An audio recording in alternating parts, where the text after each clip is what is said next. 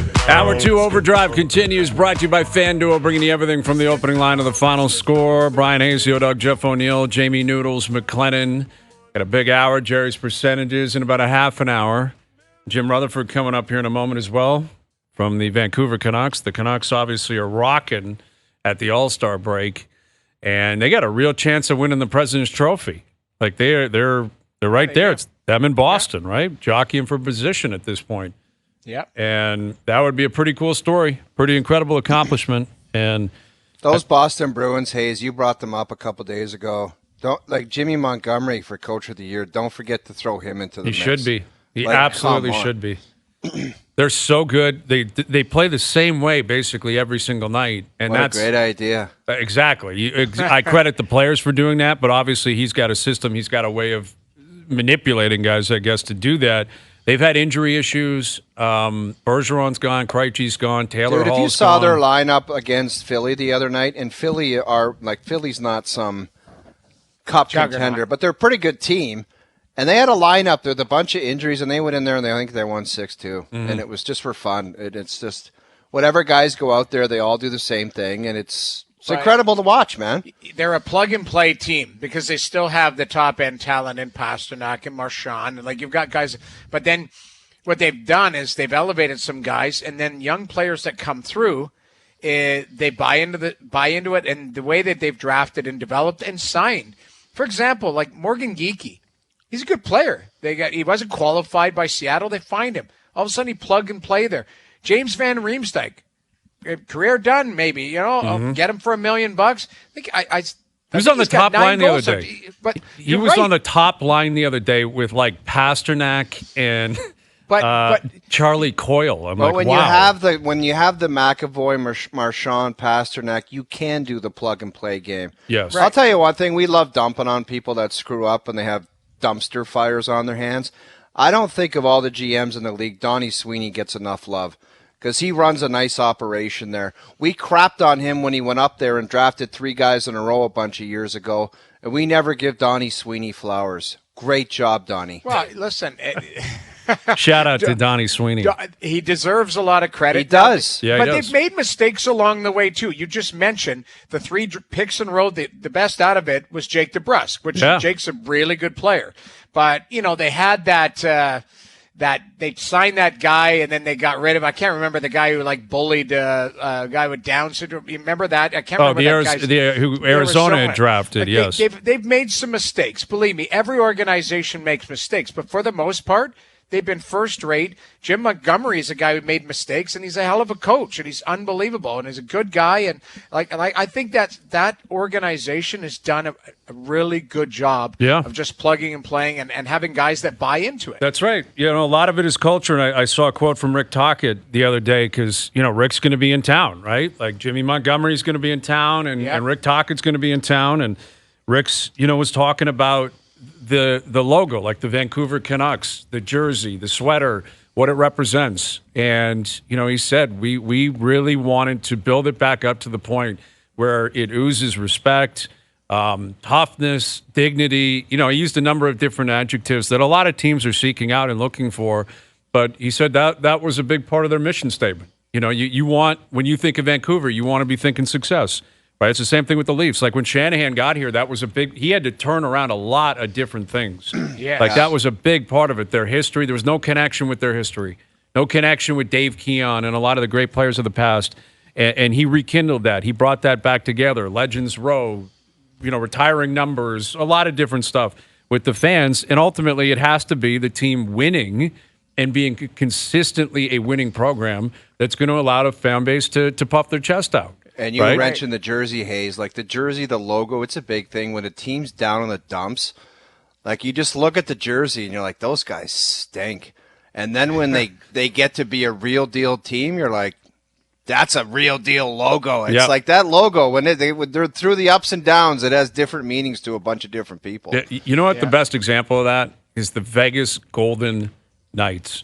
If they had this same expansion process that Columbus had, Ottawa had, San Jose had. Everyone would be saying, look at these jokers out there with the gold shiny goofy helmets. Yeah. What is a dancing Golden Knight? ladies in warm-up. It's a gong show. But now, instead, it's the coolest thing on earth. It's the crown jewel of the NHL, basically. All they do is win. Everyone wants to go down there, coolest show on earth.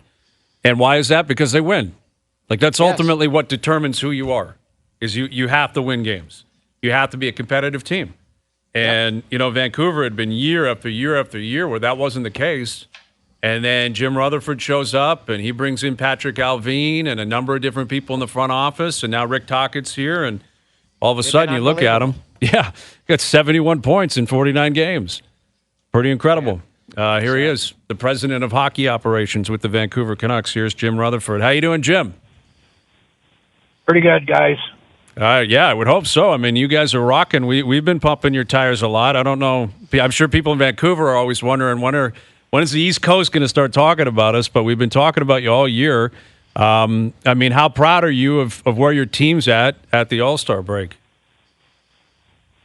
Yeah, I mean, I'll say the obvious. I'm pretty happy, and I'm really proud of the players and the coaching staff. They, the coach put a plan together last off season, and the players bought into it, worked hard, came to camp ready, and they've just kept going from there. Yeah, Rick Tocchet, like in terms of what he has brought from an intangible standpoint, can you give us any behind-the-scenes stuff in terms of his approach to the game that has allowed this team to unlock what they've unlocked? Well, there's always been a lot of good players here, but giving the players a better chance to succeed is what he wanted to do. And part of that was put in a system that they could buy into, they could understand relatively easy. And he put the system in. He's made the players accountable, whether it's a fourth-line player or a first-line player. He's been very consistent with that. And his communication is really good. So there's a lot of respect there from the coaches to the players and vice versa. Jimmy, you talk about the skill of the players, whether it be JT Miller or Pettersson or Quinn Hughes. How important was I know you talked about Rick holding everyone accountable, just like no matter what your talent level is, just being ultra competitive, and the results are going to be different if everyone's just that much more competitive. Yeah, it's the work ethic, and the Canucks players have brought that work ethic every game. We'll take some periods off where we may struggle through a period, but the players stick with it right to the end of the game, and that's made a big difference. And the players having a system that they can turn to when we're not having a good night, or when things aren't going right, and that's another thing that's been good for the players' confidence. Jimmy, how good has your goaltender been? I mean, obviously Thatcher Demko, I think, is a top-tier goaltender. Had some injury issues in the past season, but, I mean, would you argue he's been as good as anybody in the league this season?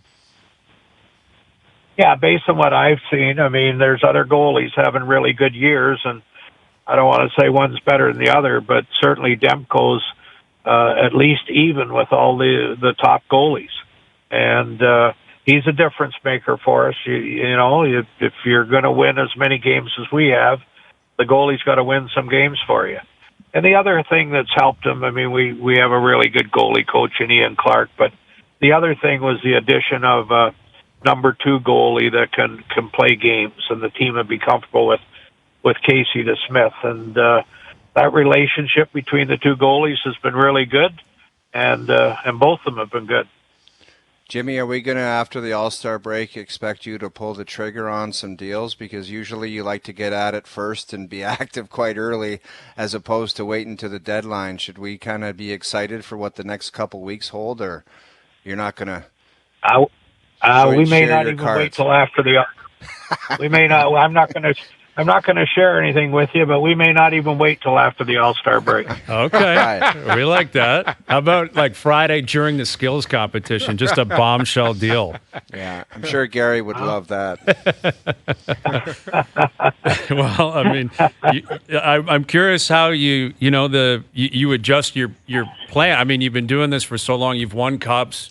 I don't know what your expectations were coming into the year, but obviously you adjust like everyone else because of how well you're playing. Do you feel that you and your staff, Patrick Alvin and others, have an obligation to repay your players and your coaching staff based on how they've performed? Yes. I mean, they deserve this, and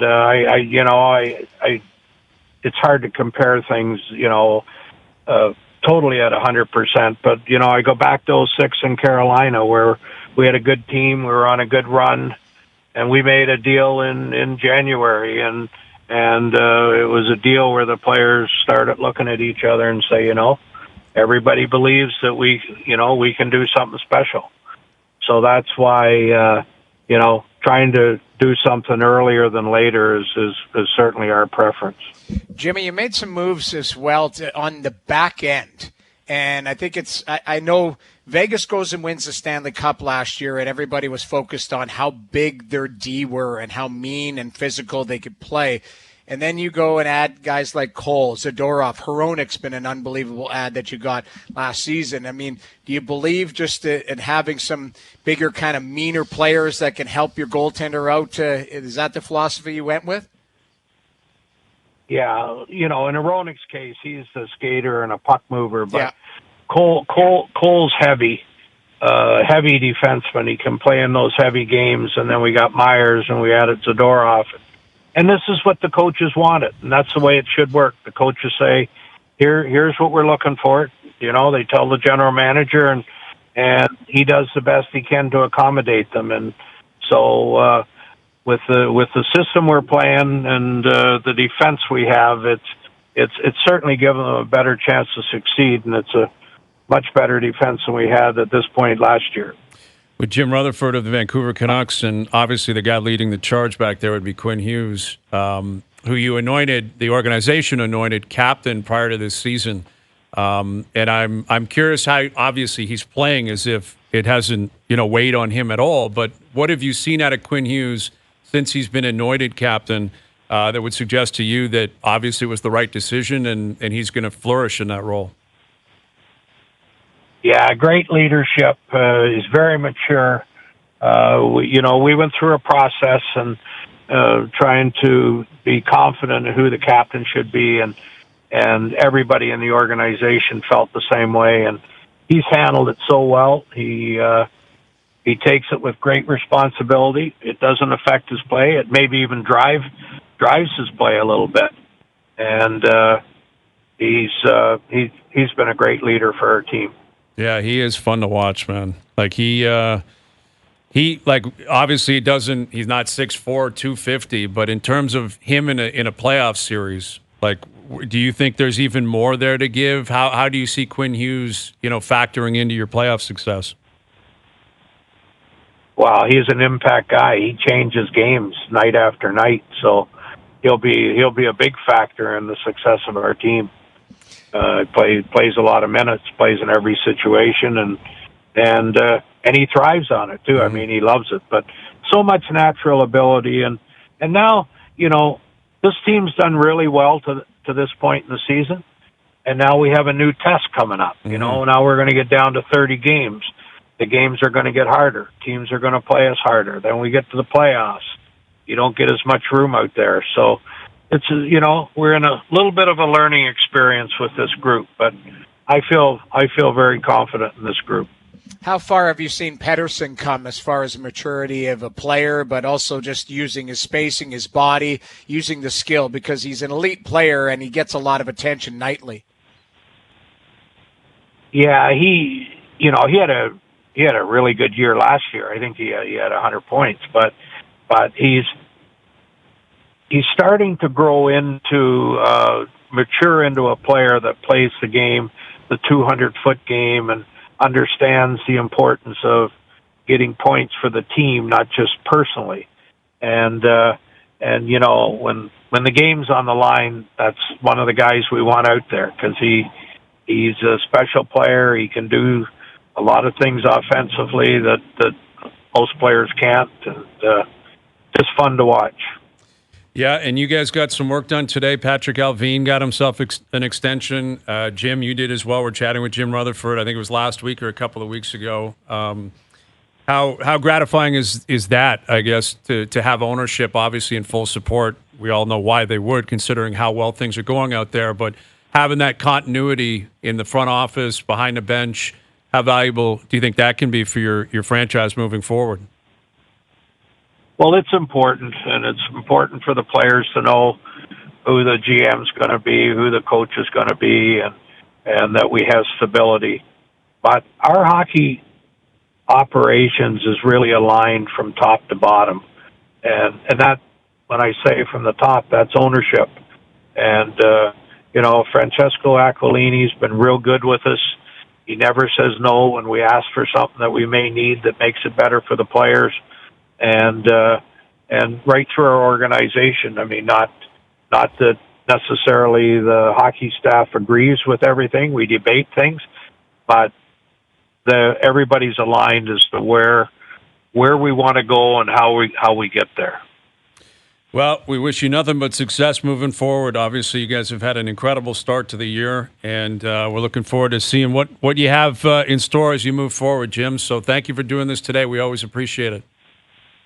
Okay. Thanks a lot, guys. You Take got care. It. Yep. Jim Rutherford, the president of hockey operations with the Vancouver Canucks. I love Part of him, I don't think he's kidding, where it's like trade deadline freezes over or like All-Star break freezes over. He'll pull the trigger on He's working on something. That's the only thing that stuck out for me. I'm like, this guy's got a trade waiting in the barrel. He's going to pull the trigger the minute he can, which is awesome. I mean, he is a guy and you've had him, you've got a great relationship with him, but he's a grizzled vet who's seen everything. I don't think he gets rattled about anything. He just seems to have that even keel about him. A straight shooter, very respected. Oh, yeah. I mean, exactly. It's him and Lou that they've been in the league as management for 40 years, basically, or close to it. I wouldn't be surprised, like, somebody tweeted it the other day, like, everyone talks about Ottawa looking at Tanev, Leafs Tanev. Maybe Vancouver circles back and says, why don't you come back and play out the stretch? He used to play there. You had a guy like Tanev on a solid decor. Yeah. Dynamite pickup. Man, they are, because I like what he said, that the coach wanted that, on defense. He wanted Cole. He wanted Soucy. They've got Myers. They got Zadorov. Yeah. Obviously you're going to have Hronek, you're going to have Quinn Hughes, who are going to play 28, 29 minutes a night. But the rest of it is like, go out there and make the opponent feel like they've really got to step up their physicality, because you're going to get punched in the face when you play those other pairings. That's what is coming. I agree. There's different ways to think about the game, Hayes, but to try to assemble some decor differently than that, you got to have some elite skill, like a Quinn Hughes. But if you don't have that other monster stuff back there, you got no chance. Sorry, no chance. Yeah. There's a lot of history, a lot of data that says that's how you win the Stanley Cup. Are there isolating moments, of course? Are there some situations where the decor was a little bit more skilled than they were size? Yeah. Chicago Blackhawks won 3 cups. They had Seabrook. They had Keith. They did not have a bunch of physical. They had Oduya, Jalmerson. But they weren't 6'5" monsters out there. Detroit Red Wings, when they won their cup, there was Larry Murphy, Nick Lidstrom, Chris Chelios.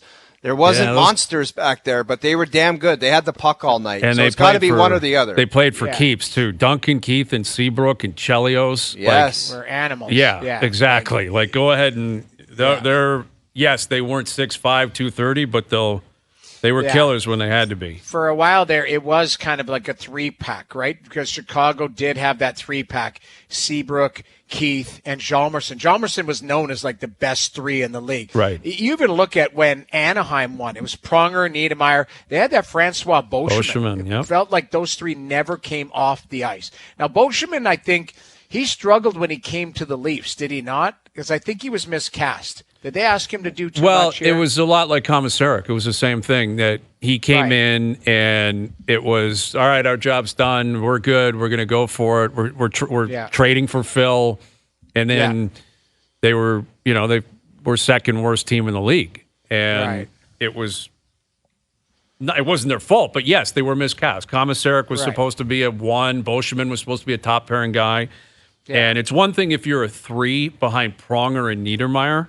It's another thing if you're a 3 behind 2 guys in front of you who should be 4 and 5. Correct. It's you're punching up, and you're eventually going to lose that battle. Yes. But I just look at Vegas last year, you're right. Like, how are you going to replicate that? Because you've got 2 Norris caliber defensemen, and then you've got 4 trees, like giant trees that just lean on you. You know, that Hag kid, like, he's big. Yes, he is. Got some bite to him. Nasty, right? Like, too. Yep. Susie, you know, you look at Susie in Vancouver, like, he's got bite. Zadorov is a skilled guy as far as a big 6'6", but he'll punch you in the face just for fun. Yep. Like, that's St. Louis Blues not keeping that Pietrangelo. That is one mystifying thing for me, boy. Yeah. I agree. Talk about bringing in Justin Falk and Corey Krug to replace that and paid them $6-7 million. It's like That's Alex crazy. Pietrangelo, and you're letting him walk. Like Doug Armstrong, great hockey guy. He's got credentials, but that is insane stuff. Yeah.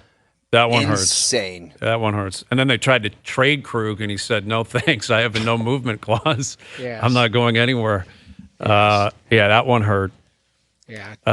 Torrey Krug. What did you call him? Corey Krug. Corey. Did you call him Corey or I Torrey? called him Torrey Krug. I swear. Did I you got hear a plug Corey? here. I swear I thought I heard Corey. I Torrey apologize. Krug. Torrey Krug. Let's review the tape. JP, let us know when you're Falk ready. and Corey Krug to That's Corey Krug. That is 100% Corey I was Krug. like, did he call him Corey? But I even thought you were just being, we always joke. I thought I like, said Torrey Krug. Jerry Sparks. I thought Falk you were and joking. Corey Krug. Corey Krug. That is wild. You keep Corey Krug over Pietrangelo. It is, but it is, unfortunately, like, Pietrangelo is such a rock star of a defenseman. And I don't know what the backstory is there. It's unfortunate because St. Louis and he's hasn't got been the kind same. of like, he's not Nick Lidstrom, but he's got that kind of look to him in pedigree where he might play till he's 39 and not look like he's lost the step. Mm-hmm. He's going to have so much money, I don't think he cares to do that, but he looks like he probably could. Well, he's got 2 cups now, right? Like, going to Vegas was great for him in terms of building the legacy. Yeah. All right, Gerry's percentages coming up. We got Darren Dreger still to come as well. We will head to Pebble and catch up with Mark Cicchino in about an hour. Yeah, and before Gerry's, I want to show you Bill Murray throwing an old lady into the bunker. I have the viz. Okay. Listen, he ran out of material at Pebble about 15 years ago. Oh, like there's only so many bunker trips you can do, and funny and stuff at the tee. Make a 4-foot putt and do his little look around. He grabbed an older lady and he threw her into the bunker, and it was a mess. Yeah. Take a break, and I want to play it when All we right. come back. We'll have a full breakdown of Bill Murray's his best hits at Pebble. And Gerry's percentage is still to come. Overdrive continues, TSN 1050 and on TSN 4. So we're talking about the AT&T Pebble Beach and the antics of the AMs. And I can't stand watching AMs play golf. Like, I want to see a pro. I want to see the way they hold the club. They just mash drivers, good around the greens. And this character, Bill Murray, has been out at that AT&T for how many years, Hayes? 30? Oh, yeah. He's been the face of it for probably 30 years. Take a look at this clip where this cat grabs a lady and throws her into the bunker. Look at this. Look, and they're running around. Yeah. This is all fun and games. Wild and wacky Bill Murray, and and you're just down. Yeah, it's so like unnecessary. she's falling in the bunker, and he's like, I can't watch. I don't find that entertaining at all. There's nothing funny about it. And what's the slapstick? That's what it is. It's old comedy. It is. It's black and white TV comedy. So you think older people would look at that and say, "Oh, that's so funny. Well, look how funny." Probably like stuffy Pebble Beach crowd. That's the worst. Is the forced laughter. People would have been like, "Oh, you're a riot, Bill. That's wild stuff." But what's going to happen is somebody's going to go, "That's elder abuse. He threw her to the ground violently." And I think they piped him this year. By the way, I think he got gassed. No, he's got to be in there. You're kidding me? Doogie, check the amateur field. I'll guarantee you will not find Bill Murray. Somebody sent me a note saying he's gone. What they reduced the amateurs to only 2 days. Like, the AMs are gone on the weekend because it's an elevated event. You got so much money on the line and only 80 players, no cut. The AMs are playing Thursday, Friday. They're out. No more Saturday, Sunday AMs. So you don't have to worry about that. Yeah, okay, dude, you look that up. We'll get to the bottom of it in about an hour. Bill Murray and where he's at. Wild and wacky Bill Murray at the Pro-Am. All right, you guys want to fire up some Gerry's? It is Wednesday. Let's go. You're going to want to hear this. Gerry's percentages. I don't love being commissioner as much as I used to. I actually love it even more. That's the voice of a Hall of Famer. Are you kidding? Have you been out drinking? You're all pigeons. Filthy, filthy pigeons. It's Gerry. Gerry. All right, Gerry's percentages brought to you by Boston Pizza, Canada's favorite sports bar. This January at Boston Pizza, get delicious, mouth-watering pastas starting at $11.99 every single day.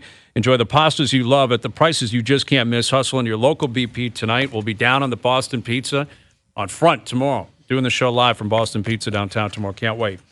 Gerry's got a statement. I'm sure it's a big week for him. Let's hear from Gerry.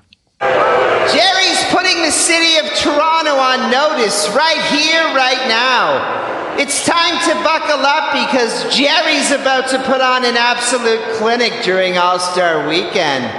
I wonder if that sign applied to Gerry about the free lap dances. You know I'll try it out. The bat symbol will be over King West in Yorkville. That'll create a buzz that would even make Justin Bieber and his cronies pass out. Guessing you three clowns will be ducking me too, because you don't have the stones or the cachet to ride in Gerry's entourage. I'm ducking you, man. I want nothing to do with that. We established it last hour. Oh, you go to bed at 9 o'clock. I got young kids. I don't want to ride. You're an hour and a half away. Yeah, I'm out of the city now, man. I'm not riding with Gerry in Yorkville. It's a long commute. Yeah, I'm not doing it, is. man. I'm not Noodles, doing it. I live 5 minutes from downtown core, and I find it to be a long commute. Like, that's kind of what traffic is. It's like, that's just not, it's not like you get in your car and you're down there in 5. That's a 35-minute project. Mm-hmm. Yeah, if you're driving or an Uber or a cab or whatever. It's just crazy. Yeah, anyway, it's a whole let's production. get to the hot takes. One of these two things is going to happen this season. Matthew scores 70 or McDavid wins the Art Ross. Ooh, just one. Okay. I know for a fact that you two will have no stones for this one and be very low. That is why I'm going to stay true to myself and go at 80% one of the things happen. 80% because of the talent that we're talking about. And Okay. I'll tell you, Hayes, you have no belief that McDavid can catch Kucherov and McKinnon. You better watch yourself with that take, because that one will catch you with your shorts down on the ground. Well, I don't have faith that he will catch both of them. That's the thing. He may catch one of them. He might. He absolutely might. But both, like McKinnon and Kucherov, are both on pace for like 143 points. And got 100 points in 54 games. I understand that. Although he's a changed man, right? We discussed this with the top 25. The reason the guy should be number one is because he's up for the Selke now. He wants to be known as the next Patrice Bergeron. That's what matters. From Jim Rutherford's. Did you hear what he said about, he goes, not worrying about scoring points, just getting points for the team? Mm-hmm. I thought that was very interesting. Because you know what? He said, like, Pettersson's about trying to win games, not trying to win, the score sheet. Yep. I thought that was very interesting. It's very telling because you can tell players throughout the league. And I've played with guys. We lose 5-2. The guy's scored 2 goals. Happiest guy in the building, dancing That's around all they for care the about, shower. Noodles. They got these skill coaches that are yeah. sitting watching on their couch, and they get these videos. Don't pass it to that guy. Do a toe drag there. That's the way to. It's insane. But the thing is I'm telling you, the league is still full of them now too. Mm-hmm. You got to weed through which guys they are on your team to make sure that they don't hurt the team trying to get that extra cookie. Are you saying that's McDavid? Is McDavid going to do that? I'm the other way. McDavid Okay. is the guy who bought into it this year. Yeah.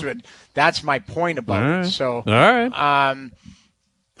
Hayes, did you go? I haven't gone. I'm going to go high. I'm going to go higher than you think. I'm going to say 51%. I think Matthew's scoring 70. It's far-fetched, but I don't think it's impossible because he's done the heavy lifting. Now, you get this deep into the season, and now you get a week off. You get to refresh and restart. You got 30 goals in 35 games for that guy that's just the pace. Like, that's just how he rolls, man. You mentioned McDavid, 100 points in 56 games. This guy, Matthews 2 years ago, at one point, I believe, had 50 goals in 50 games, like over the course of a 50-game stretch. So I'll say 51%. One of them is going to happen. 32% for me. I said last night I think Matthews can do it. He can do it. I just don't know if he will. That's the thing. Like I think it's the league gets so hard down the stretch, like so hard. And I haven't checked their strength of schedule as well. Tough. They got some tough schedule coming up. Like yeah, they got some tough games. I think he can do it, but 30 and 35, man, it's a huge clip. Mm-hmm. And the same thing with McDavid. That's why I believe one or both can do it, but it's low. I'm low on it just because they're big tasks. So that's why I'm 32%. Gerry got flushed by Elias Samsonov this week, and I extended him an invite to ride my entourage, which means he's absolutely dialed in, and he will start game 1 of the playoffs. Not many people dare flush Gerry, boy. Yeah, that's bold, man. I like hearing that. If you're a Leaf fan, you love hearing that Samsonov is ghosting Gerry. Is that the ultimate sign that he's back if he ghosts Gerry? I think so. Gerry's entourage for All-Star Weekend is going to be wild, man. Like, he's not lying. King West, Yorkville, watch yourself. Who knows where this guy ends up? Could be anywhere. But Samsonov, game 1 starter. Game 1 starter for the Leafs. I'm going to go 25% because I'm smart and I have a good memory. And I don't forget what happened a month ago. I'm not going to forget that. And I know there's danger around the corner. As much as I love the storyline, I have to be smart about it. And I know that the different set of underpants is just tucked around a corner and shoved on the ground. I don't know. I'm 25% on it. That's a really bad. I hear you. Bad analysis, but no, it's not. I'm not forgetting. I'm not forgetting what was around the corner. Yeah. 3 good games since they. That's shut basically him down. what I'm trying to say. I can't get too fired up over 3. I'm happy for him. I'm excited about what it could be, but I'm not going to go nuts over 3 games. Okay. I'm lower than 25 because I think they're hoping Joseph Wall comes back and they push each other, the two of them. And I don't know where Marty Jones fits into all of this, but like they're hoping they've got a 3-pack of guys who can play. But in a perfect world, is it Joseph Wall who gets an opportunity to do it?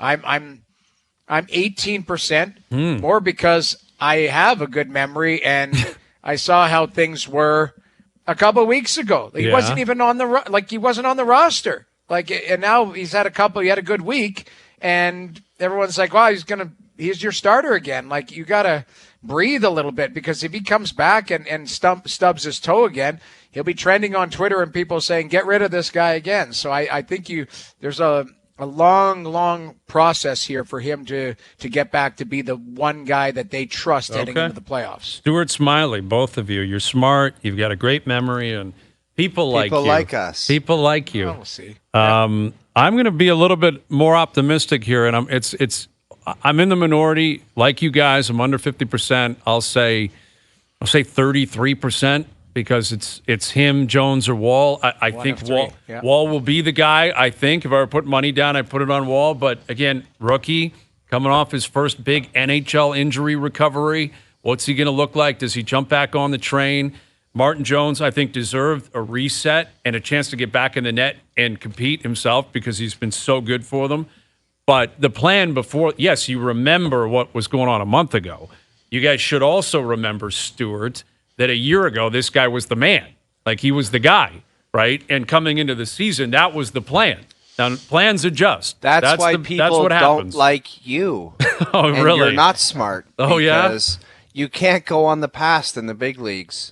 I thought you just said that's why you don't believe in him, because of the past. You literally just said, no, you're talking about him being the man a year ago. Nobody cares. He got hurt in the first round, and the Wall had to take over. Yeah. That's not being the man. Second round. He got through Tampa. But, yes, he got hurt. He pulled the street clothes against Florida. Wall went in there, actually performed really well. Careful with your facts against the two Stewarts. Oh, yeah? I'm challenging you right now. Did Joseph Wall play against Tampa? I'm fairly certain Samsonov played every single game. No, he did not. No? Okay. All right, we'll look that up. JP? Please get to the bottom of that. But before we get to that, let's hear from Gerry again.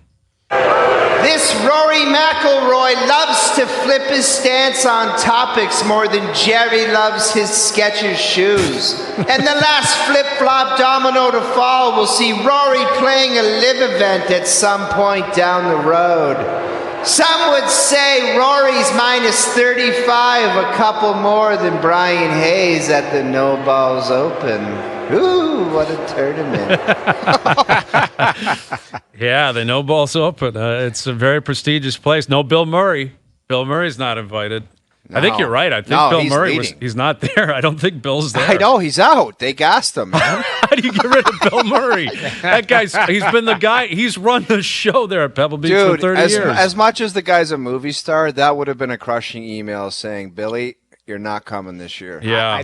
I think what it would be is just a non-reply. Don't you think they would just ghost him and be like, hey, what time is my flight? What time's this? And they're like, sorry. Yeah, I guess you're right. I mean, listen, as I said, he ran out of material at Pebble like 15 years ago.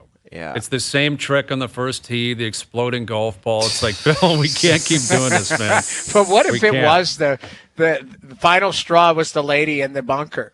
But they're like, hey, you just hip toss the lady. Well, I think they had to have a chat with him there, and they're like, please don't pull people from the gallery into the bunker and be running around. I agree. She had to be an actress. Well, it's grainy, though. I think that was 20 years ago. Like, I think that's an old clip, man. I don't think he was doing that last year. I think. Yeah. No, I know that was 20 years ago, but I think he was told, like, can you cut the crap with throwing people around in the bunkers? Because it's outrageous. He hits the one putt and he does the like arms. It's the same spiel every single time. He makes any putt. And he does the Chichi Rodriguez, and it's so stupid. Just to clarify, Samsonov played every second of the Tampa series. I know that. You misunderstood what I meant. I did? Okay. My apologies. Misremembered. I misremembered this guy's statement. All right, Rory playing a live event. Where are we at? I'm 100%. I think this guy's going to sell out. You think so? He'd already softened his view. Like, this guy was such a hero when we were at the golf course here in Toronto. He was being a hero that day and digging in and everything and towing the company line. And he's watched everyone cross the line going to cash checks. And he's like, all right, like at some point he's going to do it and collect some money. I'm telling you. Yeah, that would be wild to see him and Craig Norman, just coming together, shaking hands because it's a shotgun start. He'd be on like the 12th tee for some reason at some brutal track in shorts. But I'm low on this man. He's got so much money. He doesn't have to do anything.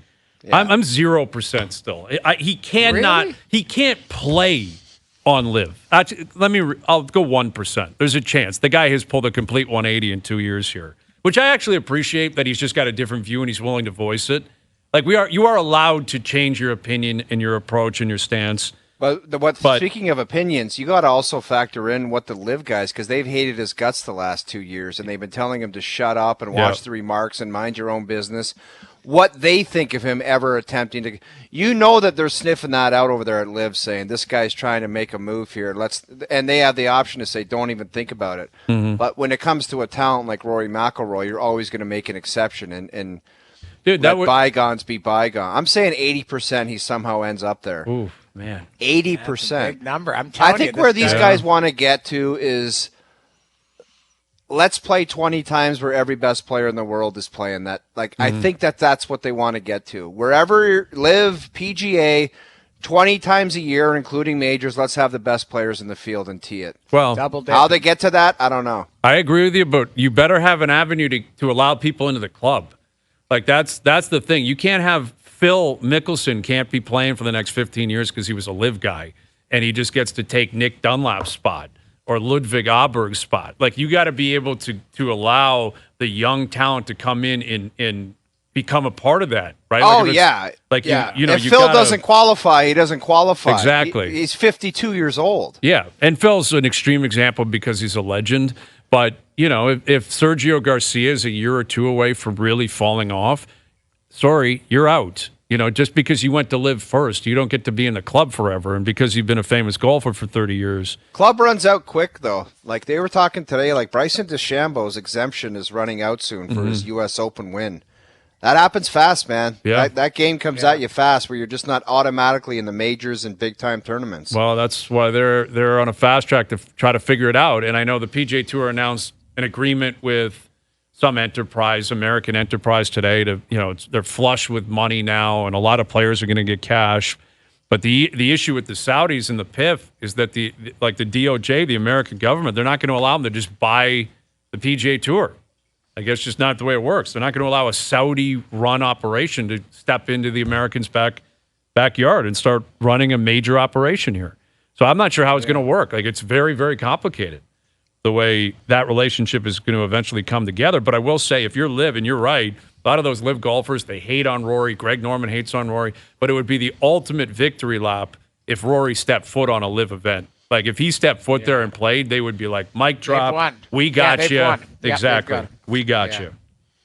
The Detroit Lions are a lock to make it to the playoffs next year, and they'll win at least one playoff game, too. Maybe Dan Campbell's brain won't seize up in the second half. Better hope so, man. That Dan Campbell, he's taking a lot of heat. Still taking heat. Still. It's crazy. But in sports, man, they'll get back to mini camps and OTAs, and it just be... People forget. Look where we live. We live in Toronto. People forgive and they forget, and they start... How many times have you seen dumpster fires, Leafs lose in the first round? Come training camp, it's optimism and sunshine and hope. People forget. It'll be blown over as soon as the Super Bowl starts. It'll be blown over Monday. Well, you're right, but that swings both ways because everyone's going to go into next season saying, Detroit, we love them. They're going to win the North. They're going back to the playoffs. There's no guarantees that's going to happen. There's no guarantees at all. I mean, the Packers are coming. The Vikings, if they reset, are still likely a good team. The Bears have the chance to really turn it around quickly. If they take this Caleb Williams kid and other picks and flush with talent, they could be really on the verge of doing what Detroit did a year ago. So I'm going to say 30%. They have no history of winning there. Like, it was an amazing season, an amazing playoff. But I'm not putting my chips in on Detroit doubling down and winning again next year. That's a lot of 30%. That's a lot of fluff, though, Hayes. You and Luke saying, it's going to be division's going to be loaded. How many teams actually load up and it works where they're actually awesome? Well, really good? I hear you, what but I mean? like the Packers are legit, and I'm not saying that. I understand you're going to say you're a Packer fan. Look at how good they were in the second half. I'm not disputing the Packers are great. Look how they're going good to be they great were. next. Yeah. Right. But I even his speech saying it's that hard to get back and people are going to be coming for us. I'm low on this. I'm like 10% because even regardless, like now teams know what this guy's all about. They're going to be game planning. He's going for it on fourth. Like he's going to have to change some things too as well because they're going to see his act. So it's hard to double down. I love that he's got the stones to make these calls and stuff, but I think teams are coming for them. Yep. So I'm 10% on it. All right. There you go. Gerry's Percentage is brought to you by Boston Pizza, Canada's favorite sports bar. This January at Boston Pizza, get delicious, mouth-watering pasta starting at $11.99 every single day. Enjoy the pastas you love at the prices you just can't miss. Hustle into your local BP tonight. Joseph Wall played in the third period against Tampa. Game one, he got pulled. Yes, Samsonov got pulled. Sorry, I just deal with facts. Is that what Don't you let meant? the facts, Oh, that's what you referred to. Yeah, okay. you referred to that. Not got Just injured. don't let facts get in the way of a good story. That's all. My Jim bad. Petty told me My that bad. one time. Yeah. I hear you. I swore you said he got injured and Wall stepped in. That's what I thought I heard, but it's all good. It's all good. Speaking of facts, I had someone slide into my DMs no more than an hour ago. I want to put it up on the screen and address it. I'll do that next. All right, Darren Dreger coming up. Mark Zucchino, our best bets. So, you posted a picture earlier. Someone had sent you a Hayes is a fraud T-shirt that they claim they're going to try to sell outside of Boston Pizza tomorrow, which I'm not believing. And now I'm getting all these different people sending me messages. I'm sure they're sending you messages saying, how can I get one of these? As if, like, I'm personally manufacturing Hayes is a fraud T-shirts. And then, so I was going through my Instagram, and I saw a very interesting DM from someone by the name of Ruben. If you want to post that up on TV there, Joe, from the bridge. I got a little DM here. He said, Hayes, I'm the one that O-Dog bribed to yell at him in the Costco parking lot. Dude, this Clearly, guy's always the real fraud. And then he wants free tickets to the Boston Pizza thing tomorrow, which can't happen because I think we've had hundreds of people asking. Ruben, don't even think about doing me dirty like that. You think I would go up to a stranger in a car and say, "Hey, That's what take the chance of them not even knowing who I am and say, "Do you mind driving?" People would squeal their tires and run away afraid. My guess is this is what happened. Ruben, that on the guy way out, did me dirty, and he No. that's a backstab, and that's on the way. That's awful. I'll bet you what happened was on the way out, he said, "Oh, dog, hey, man, love the show." And he said, "Can you do me a favor? I just bought myself one tire. I'm going to walk this to my trunk. Can you loop around and yell out Hayes is a fraud?" And that sounds... You know what old Ruben's going to get? Because we had like a friendly exchange, and I told you, I saw him at Monty's Meats, and if I see him again, he gets the Jeff Doyle hand wave. Which is a wave that turns into the bird immediately. Yes. So, Jeff Ruben, Doyle. don't even think about lying. Yeah. All right. Well, listen, man, you take it up with him. I just sent him a thumbs up back. I said that's He's very just trying to interesting. weasel us. You don't see between the lines. You don't read between the lines. He's trying to get to Boston Pizza. I understand that. Yeah, a lot of but, people are trying to get in there tomorrow night. Eventually, what if Hayes is like, "Yeah, I'll get you a ticket," and then you see him and you confront him and go, "What's the truth there?" Noodles, That's the I know thing. the truth. This guy can't handle the truth, and I know Ruben's lying. Okay. All right. All right. Fair We'll leave enough. it there. Darren Dreger coming up. Mark Zucchino coming up. OverDrive continues. TSN 1050 and on the TSN app.